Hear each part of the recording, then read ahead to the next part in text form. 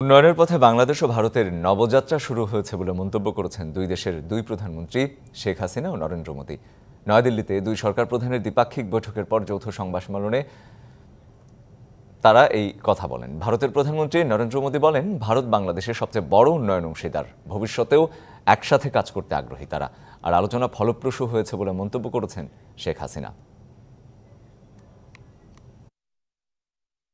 BJP নেতৃত্বাধীন জোট টানা তৃতীয়বারের মতো সরকার গঠনের পর ভারতে কোনো দেশের সরকার প্রধানের এটি প্রথম রাষ্ট্রীয় সফর। দুপুরে নয়াদিল্লির হায়দ্রাবাদ হাউসে একান্তে বৈঠক করেন দুই সরকার প্রধান। পরে দ্বিপাক্ষিক বৈঠকে বসেন তারা। সই হয় বাণিজ্য, রেল ও জ্বালানি সহ 10টি সমঝোতা স্মারক। পরে যৌথ সংবাদ সম্মেলনে কথা বলেন দুই দেশের প্রধানমন্ত্রী।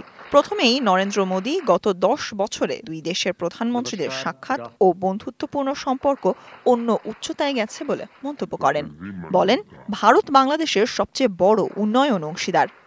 बांग्लादेश भारत का सबसे बड़ा डेवलपमेंट पार्टनर है और बांग्लादेश के साथ अपने संबंधों को हम अत्यधिक प्राथमिकता देते हैं। मैं बंगबंधु के स्थिर, समृद्ध और प्रगतिशील बांग्लादेश के विजन को साकार करने में भारत की प्रतिबद्धता को दोहराता हूं।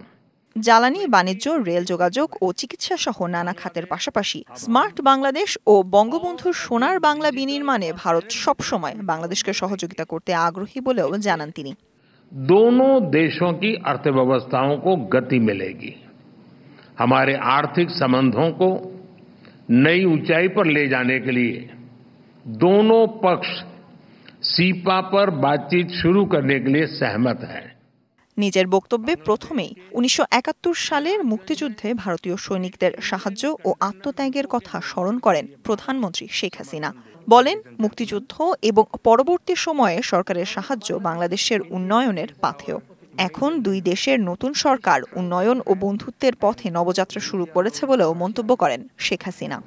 Bangladesh greatly values our relations with India, which were born during our war of liberation in 1971.